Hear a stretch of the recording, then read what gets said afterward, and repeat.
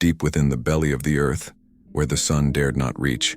A relentless rhythm of pickaxes and dynamite echoed through the labyrinthine tunnels of the Condemnation mine. The air, thick with the metallic tang of sulfur and oxidized rock, clung to every surface, an oppressive blanket in the suffocating darkness.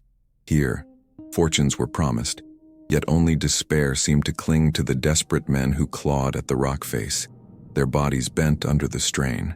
The mine, an insatiable maw, swallowed lives as readily as it yielded its glistening ore, each nugget a cruel joke played upon the miners' fading hopes. This was not merely a workplace, it was a living tomb, a monument to human avarice. Among the seasoned, soot-stained figures, a grizzled veteran, his face a map of countless scars and etched fear, spoke in hushed tones to a fresh-faced recruit. His voice, raspy from years of inhaling dust, carried a weight beyond mere caution. "Beware, lad," he murmured, his gaze lost in the artificial glow of his lamp. "It ain't just cave-ins that claim souls in this hell. There's something else, something that guards the gold, something ancient that don't take kindly to us digging." The younger man, eager and naive, scoffed, attributing the elder's words to the common superstitions of the uneducated, failing to grasp the profound terror woven into the very fabric of the mine.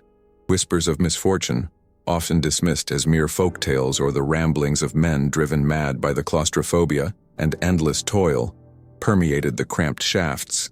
Yet the disappearances were undeniably frequent, too regular to be consistently attributed to simple accidents.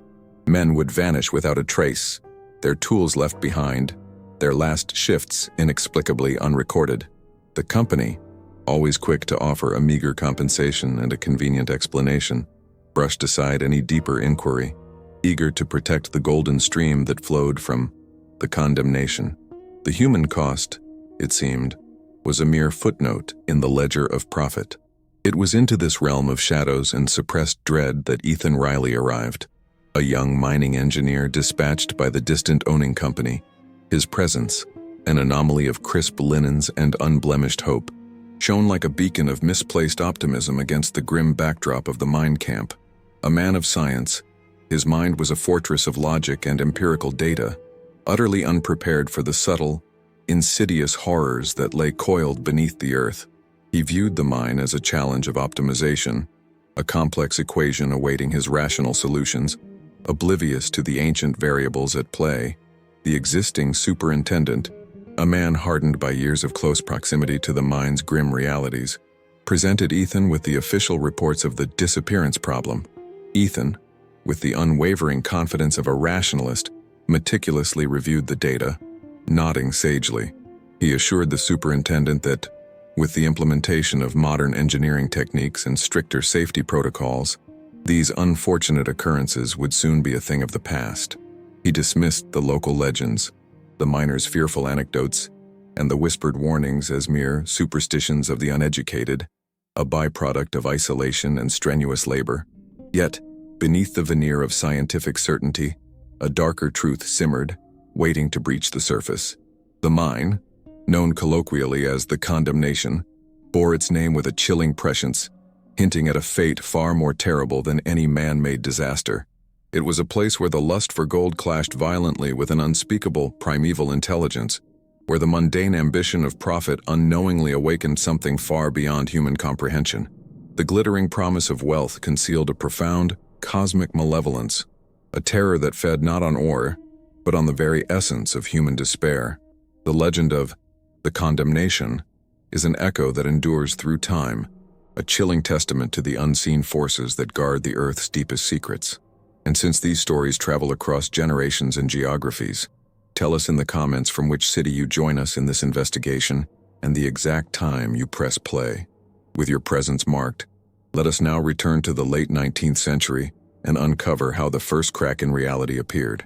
Ethan Riley, armed with blueprints and unwavering resolve, systematically introduced his new methodologies to the Condemnation. Detailed logs replaced crude tallies, and intricate diagrams now mapped every vein and shaft, promising an era of unprecedented efficiency and, crucially, safety. He meticulously overhauled the mine's antiquated infrastructure, installing new timber supports and enforcing stricter guidelines for blasting.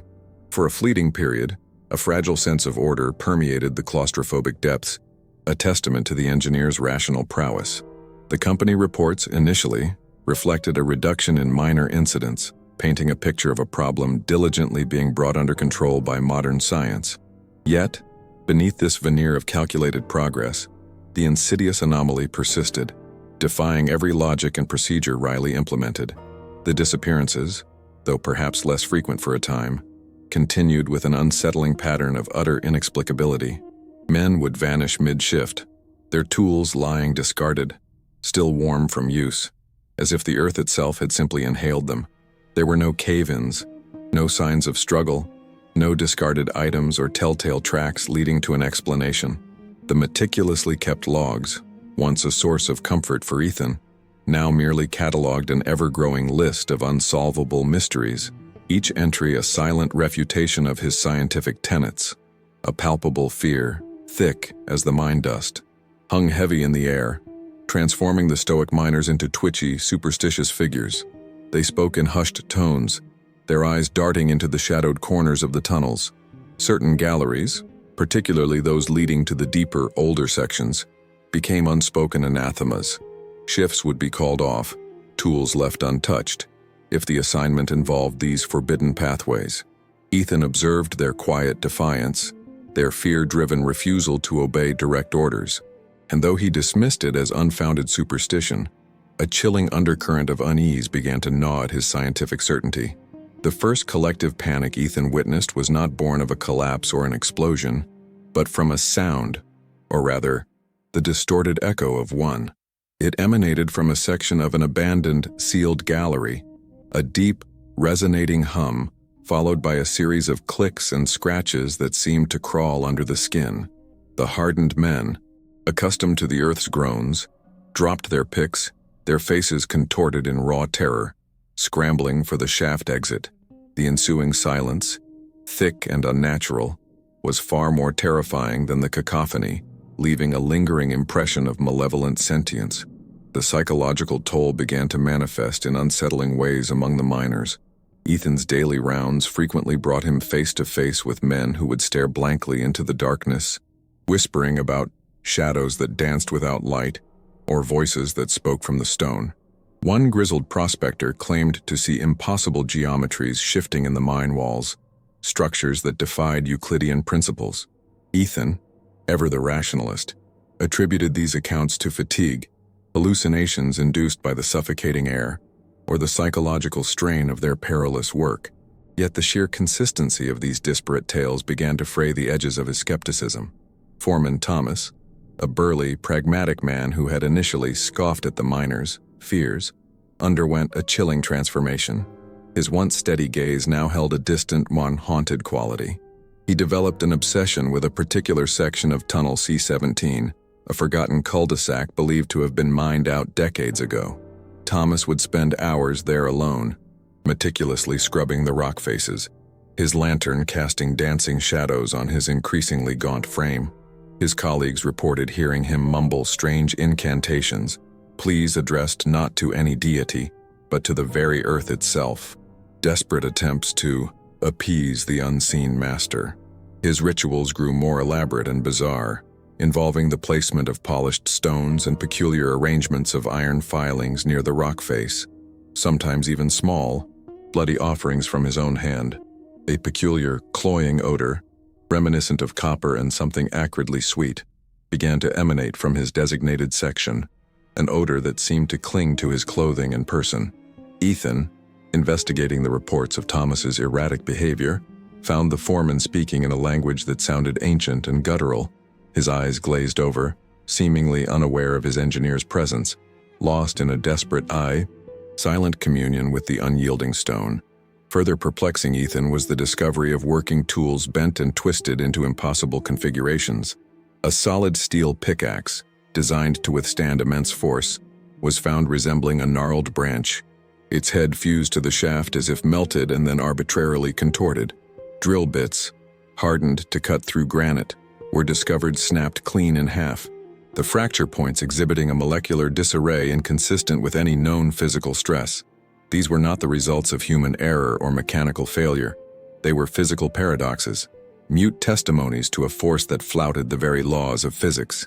The mind maps, meticulously updated by Ethan, began to display anomalies that defied all geological and cartographical logic. New shafts, not dug by human hands, would appear on revised blueprints, often leading to dead ends or collapsing inward before they could be fully explored. Conversely, established tunnels, marked as stable and active, would occasionally vanish from the updated surveys, replaced by solid rock. The very structure of the mine seemed to breathe and shift, an organic, sentient labyrinth rather than a static excavation. This impossible geology was the final crack in Ethan's carefully constructed rational world. The cumulative weight of these inexplicable phenomena began to press down on Ethan Riley, suffocating his scientific certainty under a blanket of unnameable dread.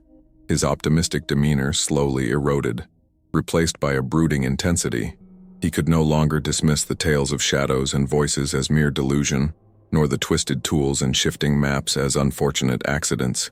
The cold, logical world he inhabited was crumbling, replaced by an awareness of an intelligence at play, an ancient, malevolent force that viewed his meticulous engineering as a futile, irritating intrusion. He knew, with a chilling certainty, that the true horrors of the condemnation had only just begun to stir. The delicate equilibrium Ethan Riley had painstakingly established within the labyrinthine tunnels of the condemnation shattered with a seismic jolt, a deafening roar. A sound of the very earth tearing itself asunder reverberated through the mine, followed by a terrifying cascade of rock and timber. The main artery, Gallery 7, a crucial conduit for ore and men, had collapsed, its timbers groaning then snapping under an unimaginable weight. The initial reports were grim. A massive cave-in, trapping a team of 23 miners deep within, including Thomas, the foreman whose erratic behavior had only recently become a chilling preoccupation for Ethan, and a young man named Samuel, a recent recruit with whom Ethan had shared optimistic conversations about the future. The mine's oppressive silence was abruptly replaced by the desperate cries of trapped men and the frantic shouts of the surface crew. Rescue efforts commenced with a grim, practiced efficiency, a desperate race against time, air, and the Earth's relentless pressure. Torches flickered, casting frantic shadows as crews shored up precarious sections and began the arduous task of clearing the debris. The air, already thick with dust and sulfur, now carried the acrid scent of freshly broken rock and an underlying, indescribable metallic tang, a new, unsettling note in the mine's symphony of despair. Hours bled into an agonizing night, each scrape of a shovel and every blast of dynamite a testament to humanity's fragile resolve against the overwhelming might of the subterranean world. Hope, a precious commodity, dwindled with every fallen rock. As the rescue teams finally breached a section of the collapsed gallery, a chilling discovery halted their progress. Amidst the expected chaos of splintered wood and pulverized stone, they found remains that defied all comprehension. These were not the bodies of men crushed by rock. They were grotesquely distorted human forms, their anatomy warped beyond recognition, far beyond what any typical cave-in could conceivably inflict. The sight became a silent tableau of unspeakable horror, where the very concept of death seemed to have been reinvented, a macabre spectacle that froze the most hardened miners in their tracks, their initial adrenaline giving way to an icy dread. The medical examiner, a man accustomed to the brutal realities of industrial accidents, was brought in, his initial professional detachment quickly dissolving into open revulsion. His preliminary report, marked confidential, extreme classification, detailed findings that rendered his scientific training inadequate. Bones pulverized to a fine powder, the report stated, yet the surrounding rock showed no corresponding impact fractures. Flesh liquefied, forming gelatinous masses clinging to skeletal fragments, inconsistent with decomposition or compression. The organic material appears to have been subjected to an immense, non-physical transformative force. It was a forensic nightmare, challenging every known law of physics and biology. An overwhelming, unnatural cold permeated the newly opened section of the gallery, a chill that seemed to seep into the very marrow of those present, distinct from the damp coolness of the earth. It was a cold that carried an unbearable stench, a cloying, sickly sweet aroma mixed with the sharp tang of copper, and something profoundly organic, yet alien. Miners spoke of a cold that felt sentient, that pressed against their lungs and whispered unspeakable dread into their minds, causing some to vomit uncontrollably. Their lanterns flickered erratically, as if struggling against an unseen current, barely illuminating the horror. Amidst the pulverized remains and the pervasive, terrifying cold, a newly exposed cavern wall became the focal point of an even deeper mystery. Where the rock had been violently torn away, it revealed not virgin stone, but a surface intricately carved with symbols. These were not the haphazard etchings of a desperate miner, nor the natural striations of geological formation. They were precise, deliberate, and deeply unsettling. Emerging from the fresh rupture as if previously hidden, awaiting discovery, a chilling declaration embedded within the very bedrock of the mine. The markings were a symmetrical, complex tapestry of lines and curves, a geometric language utterly alien to human design. They formed patterns that seemed to shift and writhe in the flickering lamplight, hinting at an impossible three-dimensionality, a profound logic that transcended any known culture or civilization. Some of the shapes appeared to defy perspective, suggesting forms that could not exist in three-dimensional space, yet they were undeniably present, etched into the dark, damp stone. They were not crude. Rather, they possessed an unnerving elegance, a silent, monumental declaration of something profoundly non-terrestrial. These weren't man-made. That much was chillingly clear. The precision of the incisions, the impossible angles, the sheer scale of the symbols suggested a tool, or rather, an intelligence, far beyond the capabilities of human endeavor. Some patterns evoked a sense of cosmic cartography, others a language of immense, unearthly power. They pulsed with an eerie, faint bioluminescence, a pale, green-blue light that seemed to draw the eye, whispering ancient, unspeakable truths. The air around these carvings felt strangely taut, charged with an invisible energy, a silent testimony to their incomprehensible origin and purpose, a direct challenge to Ethan's scientific framework. For Ethan Riley, this was the irrefutable crack in his meticulously constructed rational world. The superstitions of the uneducated had materialized into an undeniable, palpable horror. The pulverized bones, the liquefied flesh, the overwhelming cold, the unbearable stench, and now these impossible markings, they coalesced into a terrifying reality that his scientific mind could no longer dismiss. His initial belief in engineering solutions vanished, replaced by a cold, dreadful certainty that something ancient, malevolent, and utterly alien lay coiled within the condemnation, something that had claimed his friend Samuel, and now mocked his very understanding of existence. The official company orders were swift and decisive. Seal off Gallery 7 immediately. Attribute the deaths to an unprecedented and tragic cave-in, and discourage any further discussion of the grotesque discoveries as mere hysteria born of grief and trauma. But Ethan, haunted by the memory of Samuel and the unspeakable visions he had witnessed, knew he could not comply. The truth, far more horrifying than any official explanation, beckoned from the depths of the earth, demanding to be uncovered.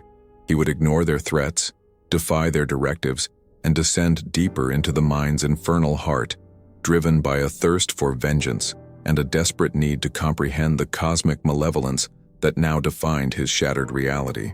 The company's directive to seal Gallery 7, an attempt to bury the unspeakable truths beneath corporate rhetoric and tons of rock, struck a hollow, dissonant chord within Ethan Riley. His meticulously constructed edifice of scientific certainty had not merely eroded, it had been violently shattered by the recent, horrifying discoveries. The indelible memory of Samuel's incomprehensible fate, the grotesquely distorted human remains defying all anatomical logic, the pervasive, unnatural cold that gnawed at his very essence, and the impossible geometric symbols etched into the stone, collectively fueled an unyielding resolve. He would not comply with their convenient, albeit monstrous, cover-up. Ethan would delve deeper, transforming from a pragmatic engineer into an unwilling, relentless chronicler of cosmic horror, driven by a desperate vengeance and a profound need to comprehend a truth that transcended all human logic and empirical understanding, regardless of the personal cost. Defying explicit orders, Ethan found himself drawn back to the mine's administrative heart, not to his own pristine office, but to a forgotten chamber in the oldest section, rumored to have belonged to a previous chief engineer. This space, known only through hushed anecdotes, was a testament to neglect, steeped in a thick patina of dust and the faint, acrid scent of forgotten chemicals and decaying paper. The air hung heavy, stagnant, as if time itself had paused within its four walls. Cobwebs draped across antiquated drafting tables, and faded blueprints curled at their edges, offering spectral glimpses into past ambitions. It was a place where secrets might find refuge, an archaeological dig into the mine's hidden history, far removed from the pristine logic of modern engineering. Behind a loose panel in a forgotten bookshelf, concealed with an almost desperate ingenuity, Ethan's gloved fingers brushed against aged leather. He extracted a hefty, leather-bound journal, its cover worn smooth by countless touches, its pages yellowed and brittle with the passage of decades. It bore the faded inscription, Upchar Finch, Chief Engineer, The Condemnation Mine, 1887-1891. This was it, the first tangible piece of evidence, a potential voice from the past, echoing warnings across the chasm of time. The journal felt impossibly heavy in his hands, not merely with its physical weight, but with the crushing burden of untold stories and forgotten horrors it promised to reveal, a macabre inheritance from a man who had walked this path before.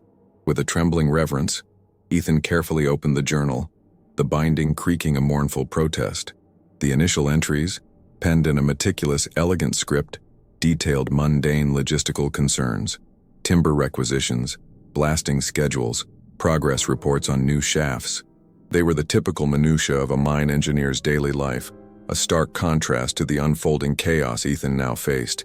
Yet, beneath this veneer of ordinary industry, a subtle disquiet began to emerge. Finch's precise lines gradually became less steady, the margins filled with frantic scribbles and arcane diagrams, suggesting a mind slowly succumbing to an unspeakable pressure, a rational intellect eroding under an unseen assault. The earlier pages meticulously catalogued what an unfortunate incidents and unexplained absences that bore an uncanny resemblance to the current situation. Finch initially dismissed these occurrences with the same scientific detachment Ethan once possessed, attributing them to faulty equipment or minor recklessness. An entry dated August 14, 1888, noted, "Another man, Pedro Ramirez, vanished from level 3. No trace, presumed succumbed to uncharted fissure. Morale low." This chillingly mirrored Ethan's own records, indicating a cyclical pattern of unexplained disappearances extending back decades, conveniently labeled as accidents, yet collectively forming a terrifying premonition for those who dared to truly look. The journal documented Finch's first unsettling encounter with the inexplicable. An entry from November 3, 1888, recounted, "Experienced an unnatural cold in the deepest vein today, far below the permafrost line, accompanied by a strange, harmonic hum from the very rock, a sensation akin to dread, not of man, but of place." This mirrored the sentient chill Ethan had felt, a cold that permeated not just the flesh, but the soul. Finch, ever the empiricist, initially sought geological explanations, recording temperature drops and peculiar resonant frequencies, desperately clinging to a rational framework as his world began to subtly unravel beneath his feet. Finch's accounts grew progressively darker, mirroring the very phenomena that had driven Ethan to the brink of his own sanity. March 10, 1889, found a drilling pickaxe on level 5 twisted into impossible knots, not heat damage, not impact, as if putty. A later entry, July 2, 1889, detailed miners' reports of shadows that moved without a light source, and whispering voices from the rock faces, speaking in no known tongue. The congruence between Finch's century-old observations and Ethan's recent experiences was undeniable, a chilling validation that he was not mad, but merely caught in a recurring nightmare, a historical echo of terror. As his scientific explanations failed, Finch, much like Ethan, began to explore less conventional avenues. His journal entries shifted, referencing obscure texts and local Native American lore, which he had initially dismissed as mere primitive superstition, spoke with old shaman, Blue Feather, concerning mountain spirits and the owners of the deep earth, recorded Finch on September 19, 1889. He spoke of an ancient presence, slumbering beneath the roots of the world, disturbed by those who gouge its flesh for glittering stone. A possessive intelligence, he claimed, that reclaims what is its own, not through physical force, but through a psychic erosion. This offered a terrifying, mystical framework. A particularly harrowing entry, penned in a visibly shakier hand and dated December 1st, 1889, spoke of the guardians of the veins. Finch wrote, "Blue Feather's words resonate with a dreadful clarity. The gold is not merely ore, it is its very essence, its lifeblood, guarded by an entity that predates human comprehension. We are not extracting wealth. We are harvesting a part of its ancient, cosmic being. The disappearances, the twisted tools, the fractured minds, these are not accidents, but the retaliations of a being whose sacred domain we have violated. We are but gnats to an incomprehensible God, scratching at its hidden treasures." The implications were monstrous. Finch's descent into the abyss of this newfound understanding was starkly documented. "The entity does not merely kill," he scrawled, his words now sprawling across the page. "It consumes, not flesh, for bodies are sometimes found, albeit grotesque. No, it extracts the very essence of a man, his consciousness, his hope, his fear, a psychic vampirism that leaves behind a vacant vessel."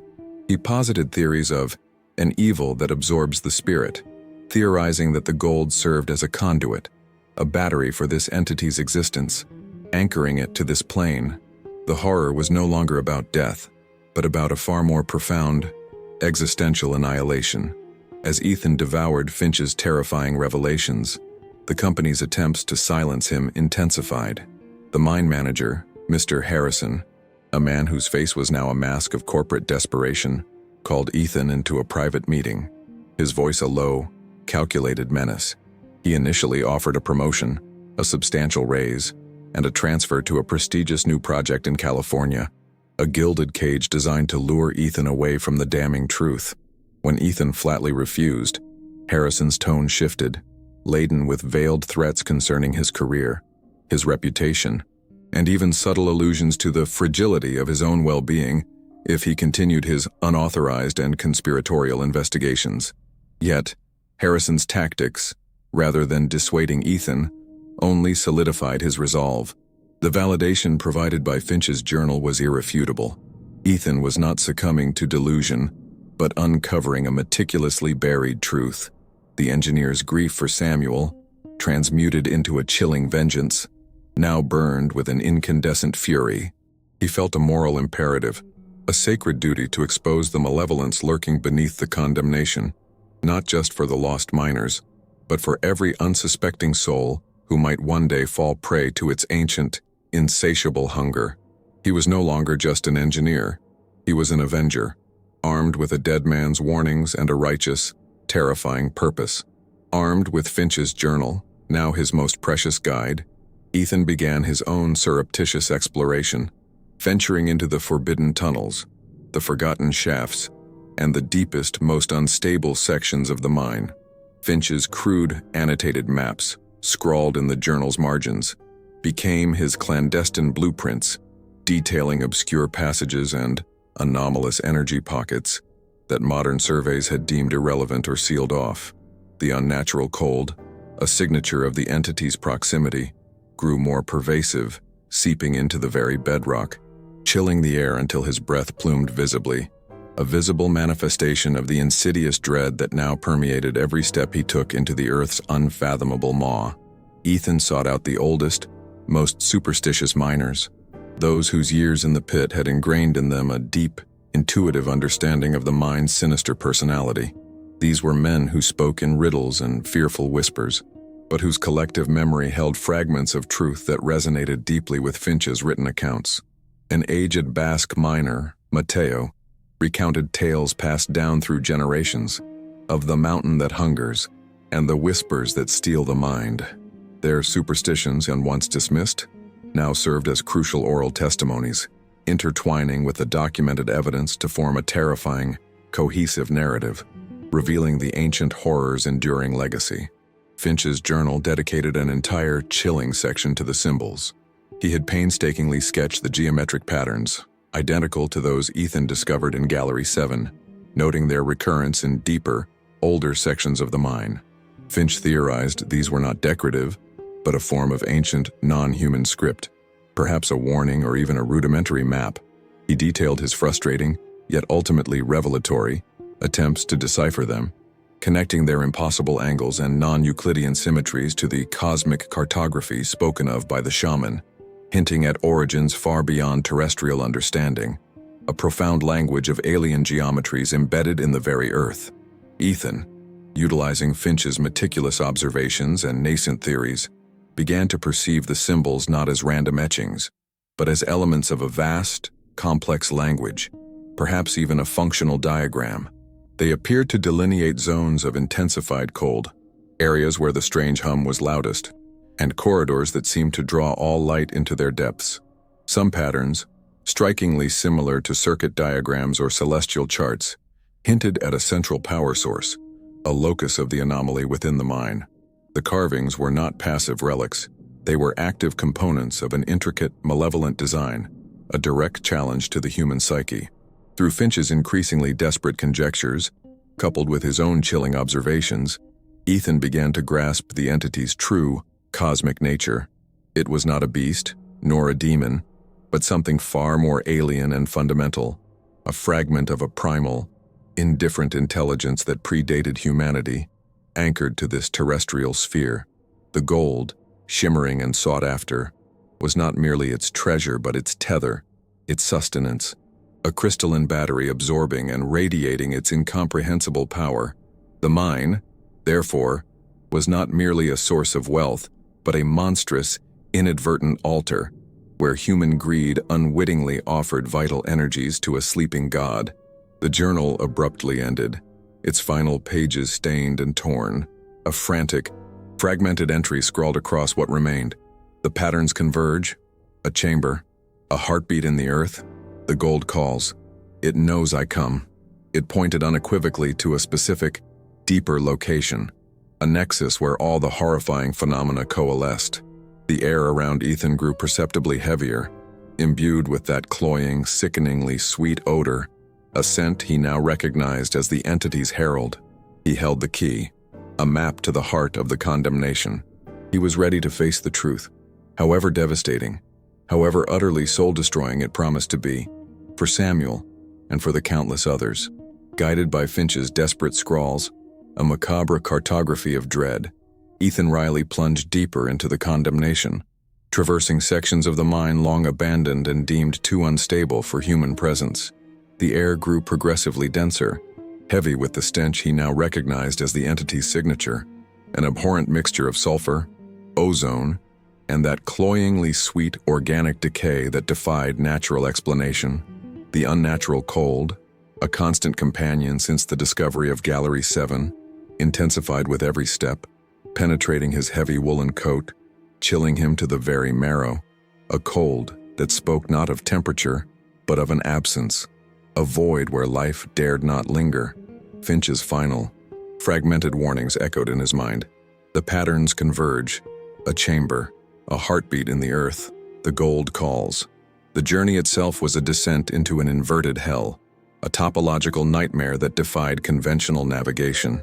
Tunnels twisted upon themselves, passages seemed to appear and disappear with each flickering lamp beam, and the very rock appeared to writhe under the oppressive weight of unseen forces. Distorted echoes of non-human wails seemed to emanate directly from the stone, pressing against his eardrums, whispering impossible geometries into his consciousness. Ethan's scientific mind, once a bulwark against irrational fears, now struggled to process the unfolding reality, teetering on the precipice of utter dissolution, recognizing the mine was not merely a physical space, but a sentient, hostile entity actively resisting his intrusion into its hidden heart. Finally, after what felt like an eternity of terrifying progression through corridors that seemed to actively repel him, Ethan arrived at a subtle, almost imperceptible barrier, a shift in the air pressure, a resonance in the very ether. It was not a physical wall, but an ethereal membrane, a threshold into another dominion. He pushed through, feeling a momentary disorientation, a lurch in his perception, as if he had stepped not into another room, but into another dimension. The oppressive darkness, a constant presence, suddenly receded, replaced by an eerie, otherworldly luminescence that bathed the vast space in an unearthly glow, a testament to the profound shift he had just undergone. Before him lay a cavern of impossible scale, a cathedral carved by the whims of a primordial, alien power. Its ceiling, lost in the shimmering, green-blue light, stretched upwards beyond the reach of his lamp, revealing stalactites that pulsed with a faint internal radiance. The walls were not rock, but a living, undulating membrane, covered in intricate, repeating patterns identical to the non-Euclidean symbols found in Gallery 7, now animated, rippling with an internal energy. It was a space of profound, terrible beauty, a stark juxtaposition of the sublime and the utterly monstrous, a spectacle that stole his breath and threatened to shatter his very sanity. At the epicenter of this cosmic chamber, amidst the swirling, bioluminescent patterns, lay the source of the Condemnation's insatiable allure, an immense deposit of pure gold. But this was no inert mineral vein. It was a colossal, crystalline mass, shimmering with an inner light, pulsating with a rhythmic energy that resonated through the earth and into Ethan's very bones. It was not merely inert ore. It appeared to be alive, a colossal, luminous heart beating silently in the dark. The journal had spoken of this. The gold is not merely ore, it is its very essence, its lifeblood, Finch had warned, a truth now horrifyingly manifest before Ethan's disbelieving eyes. As Ethan's gaze fixed upon the pulsing gold, the cosmic entity revealed itself not as a tangible creature, but as a profound distortion of reality itself, a tear in the fabric of perception. Shadows around the gold began to deepen, coiling into impossible geometries that shifted and reformed with fluid, non-Euclidean movements. Blinding flashes of cold, pure light erupted from the heart of the golden mass, alternating with pockets of absolute, light-absorbing darkness. These were not mere visual tricks. They were manifestations of an intelligence that operated outside the known laws of physics, a being whose very presence fractured the human mind's capacity for comprehension. Ethan, caught within its terrible presence, was assailed by visions of overwhelming terror and despair. Images flooded his mind, the silent, frantic screams of men dragged into the dark, the contorted faces of his former colleagues. The moment Samuel's body was irrevocably warped, their hopes, their fears, their very consciousnesses distilled into raw, psychic energy. These were not memories, but direct experiences, echoes of their final moments, their profound suffering becoming his own, a horrifying communion with the entity's vast, consuming consciousness, leaving him reeling on the edge of a sanity he might never fully reclaim. It was in this moment of profound psychic assault that the truth, hinted at in Finch's frantic warnings, was seared into Ethan's shattered intellect. The entity did not eat flesh, a crude, human concept of consumption. Its purpose was far more refined, far more sinister. It extracted the vital essence, the consciousness, the very soul of its victims, feeding on their raw fear and existential despair. The physical remnants, the grotesquely distorted bodies, were mere byproducts, the husks left behind after the kernel of sentience had been meticulously harvested, a testament to a form of predation utterly alien to terrestrial understanding. Finch's theories, once dismissed as the ramblings of a man broken by the mine, proved terrifyingly accurate. The gold, shimmering and pulsating with incomprehensible energy, was not the entity's food, but its catalyst, its battery, its anchor to this plane of existence. It was the medium through which the cosmic horror sustained itself, absorbing psychic energy and radiating its malevolent influence.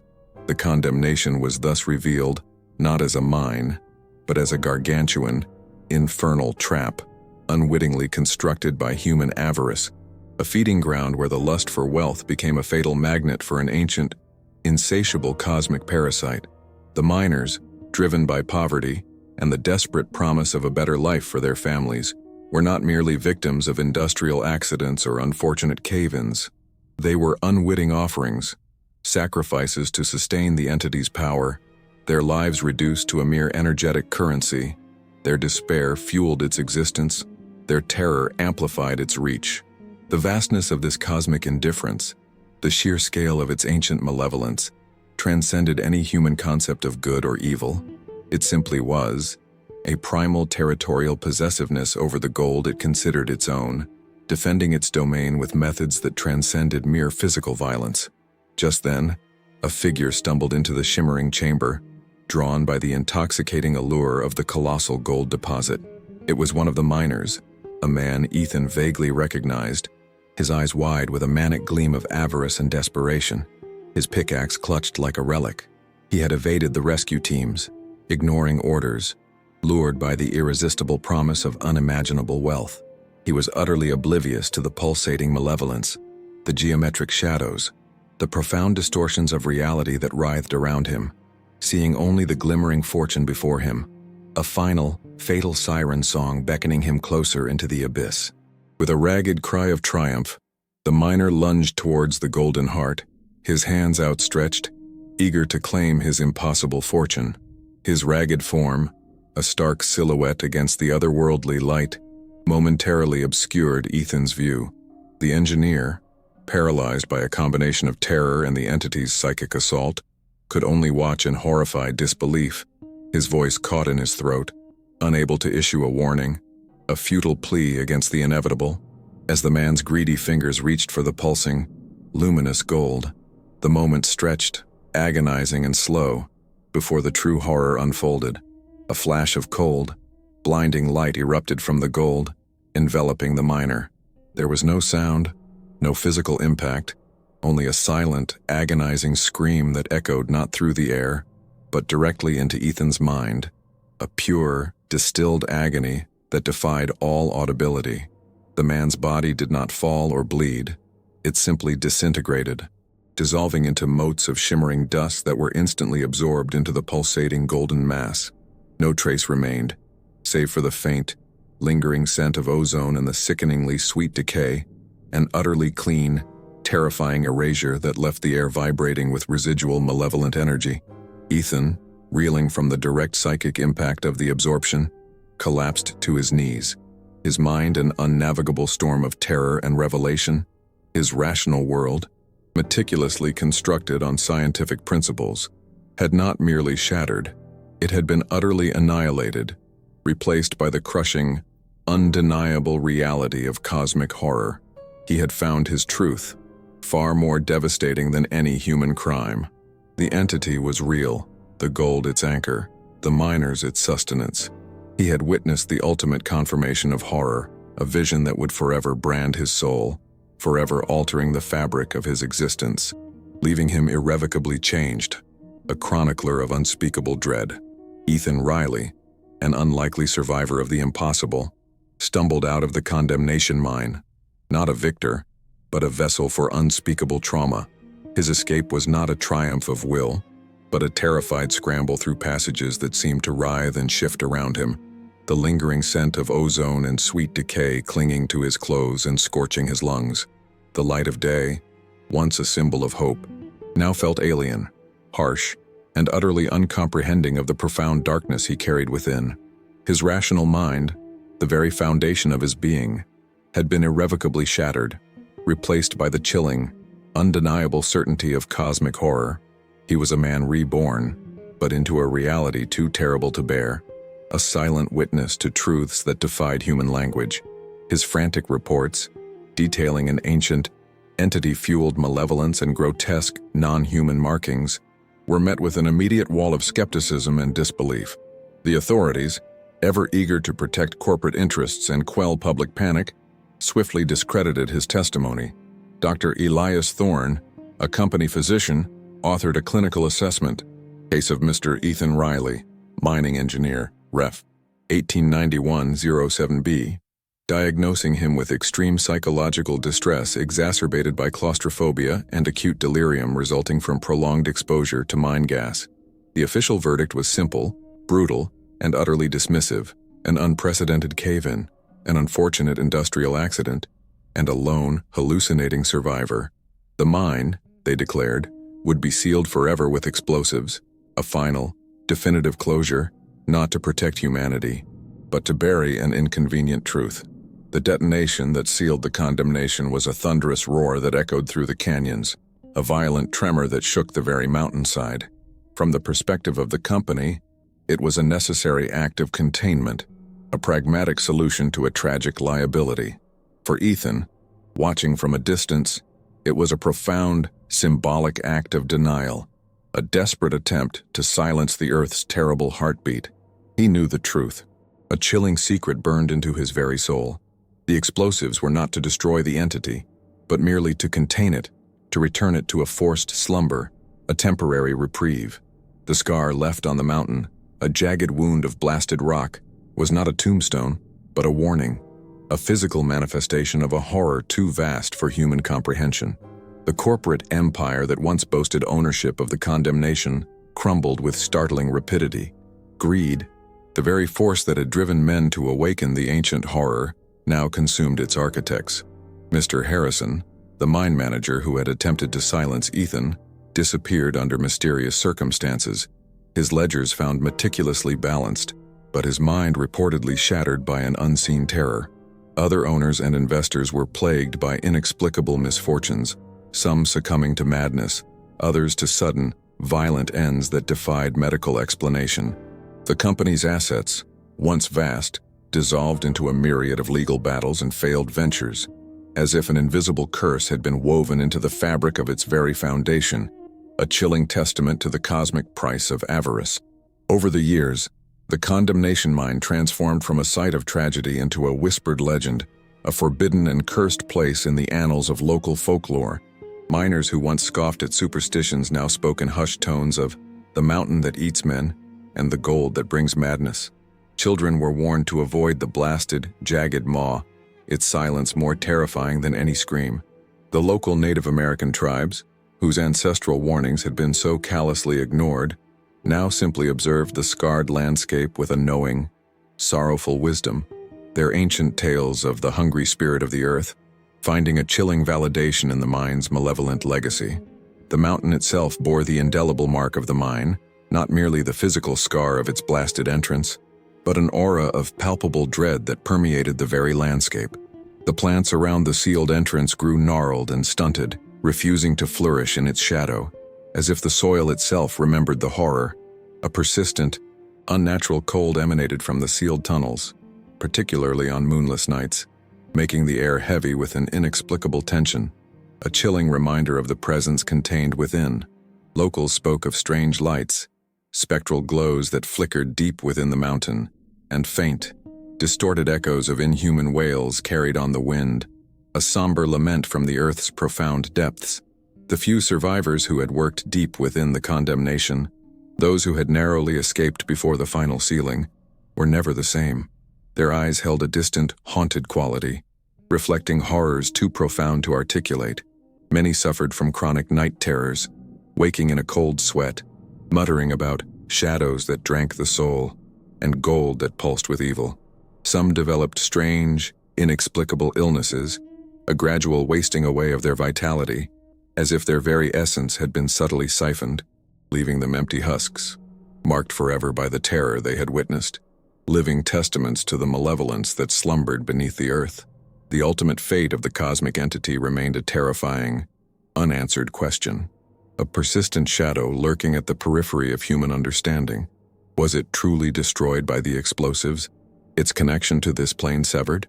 Or did the sealing merely return it to its slumber, a state of dormancy from which it could awaken again, perhaps decades or centuries later, lured once more by the insatiable greed of humanity?